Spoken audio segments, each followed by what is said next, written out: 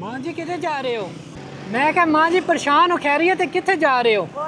परेशानी को नहीं खालो दिया खालो बने पत्ते ठीक है पट्ठे अल्लाह खिचे गए ने। बीमारियां किधर ना लाओ पट्ठे खिचे गए ने। पत्ते हुन किथे गए सी?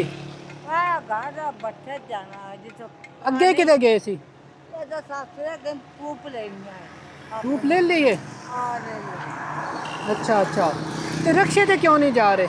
रख मैं कब वो अलग करा तो 100 रुपया 50 मंडी का लेंदे ने जी आप 50 रुपया 100 लेंदे। मंगते ने अच्छा उतो इस वजह तो नहीं बैठे कि 100 रुपया किराया मांग रहे सी? अच्छा इस वजह तो पैदल जा रहे हो? मैं देना मां जी ਤੁਹਾਨੂੰ पैसे देना, मैं रक्षा भी करा के देना। नहीं हम आपको जैसा वे का कंडेन जिस लगे ये आ ये तो पूरी हां इथे जा अल्लाह का जिंदगी दे अल्लाह मां जी ਤੁਸੀਂ पास रखो ठीक है, ਇਹਦੀ दवाई भी लेनी है। चोखा दे आमीन।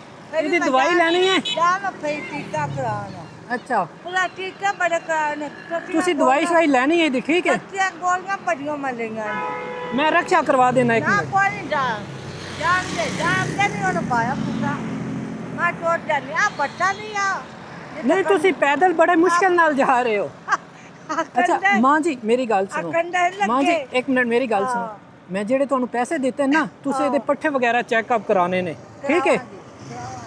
ਇਹਦੇ ਨਾ ਤੁਸੀਂ ਚੈੱਕਅਪ ਕਰਾ, ਰਕਸ਼ਾ ਆ ਗਿਆ ਤੁਸੀਂ ਰਕਸ਼ੇ ਤੇ ਬੈਠੋ, ਮੈਂ ਇਹਨੂੰ ਕਿਰਾਇਆ ਵੀ ਦੇ ਦੇਣਾ ਠੀਕ ਹੈ। अरे माँ उन्होंने ना भट्ठे तक लै दी है, ये रख लो ठीक है, आराम नाल ना उतार दियो। आमीन ठीक है खाला बैठो। आमीन आमीन बैठ वो 7 सिरे तो आ रहे ने पैदल ना, किसी रक्शे वाले ने नहीं बिठाया, काफ़ी गुजरे ने, गलत चीज़ है। बंदा बिठा ले की जाता यार ठीक है ठीक है माँ जी जी ठीक है ओके।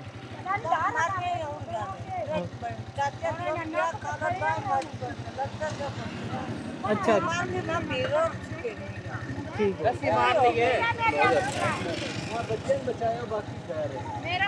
ਕੀ ਕਹਿ ਰਹੇ? ਆਮੀਨ ਆਮੀਨ।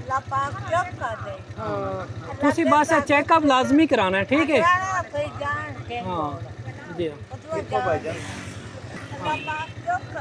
आमीन माँ जी बस मैं माँ जी इतने रोड ते रहना।